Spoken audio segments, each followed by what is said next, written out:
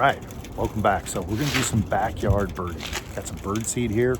We're gonna put up some posing sticks right next to some of these windows and just kind of wait for the action. Now this is the absolute, I cannot think of a better way to, I guess, improve your wildlife photography outside of this, because you get a lot more camera time behind the scenes. Because the thing is, if you go out in the fields and do this kind of stuff, a lot of times you're waiting around for hours and you only get maybe 5 or 10 minutes. So this gets you hours behind the camera. And then so when you're out in the field, you obviously know where all your camera dials are, you know what to expect. No better way to practice wildlife photography than backyard birding. Period. End of story. That's it. So anyway, I'm going to show you guys the setup, get you some pictures kind of like this here and this here. And yeah, let's get moving.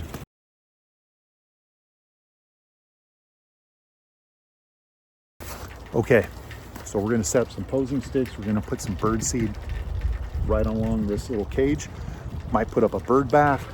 These are going to be some of the landing sticks or posing sticks. Sorry, it's loud. I know we got wind and we got a bunch of dribbles and rains coming down. The snow's melting, but we actually have behind us a window, and that's where the camera will be. It'll be about this height, kind of shooting down. I'll show you the backdrop.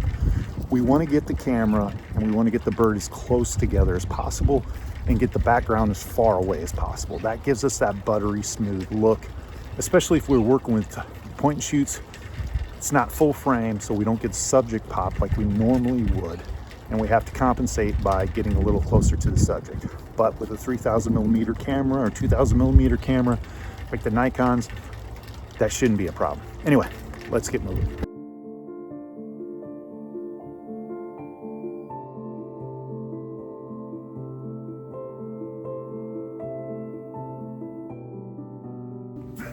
Okay, so we're set up. We've got the camera here, pointing at the sticks. I'll show you in camera version of what I'm focusing on. The nice thing is we have 3 sticks that we really only need to worry about. We've got a distraction-free background because we're so close, only 10 or 20 feet.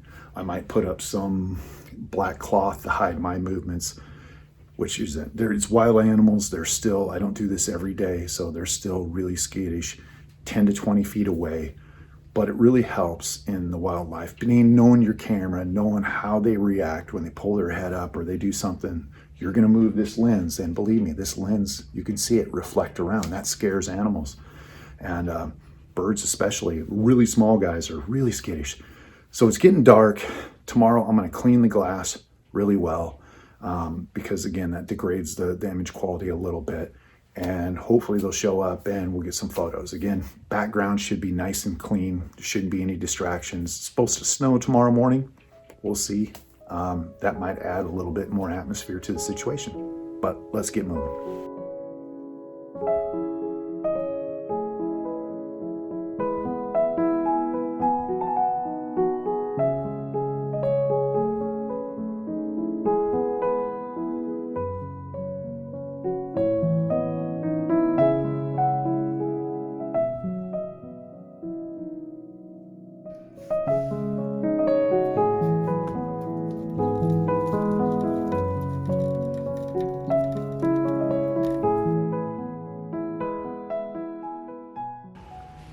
Tell like the birds are just on the edge of the ridge there, small little ridge.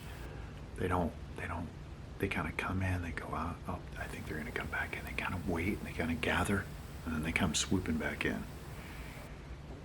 And then they'll kind of go back. They just kind of keep going back and forth between different trees and that to feed. So when they come in, when one comes in, you can kind of let them sit and then you can kind of start moving around and that.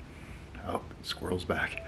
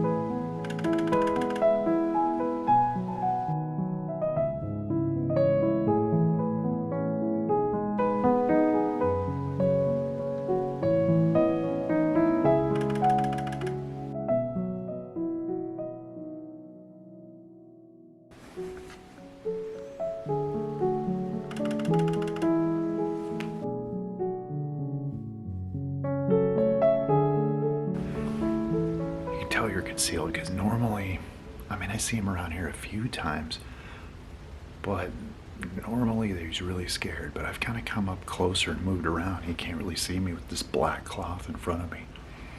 You know, the birds seem a little bit more shy, and I think it's because the camera lens. But yeah, he's just eating away. I might have to interrupt him. He's eating all the bird seed. He's like, stop it, man. Those are for the birds. So, all right. I might have to go bang on the window. Get out of here. Yeah, see, he's right there.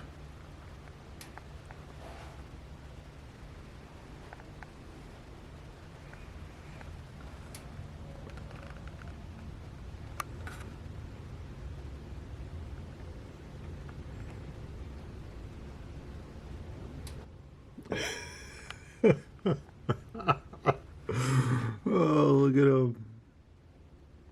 He doesn't know what to do.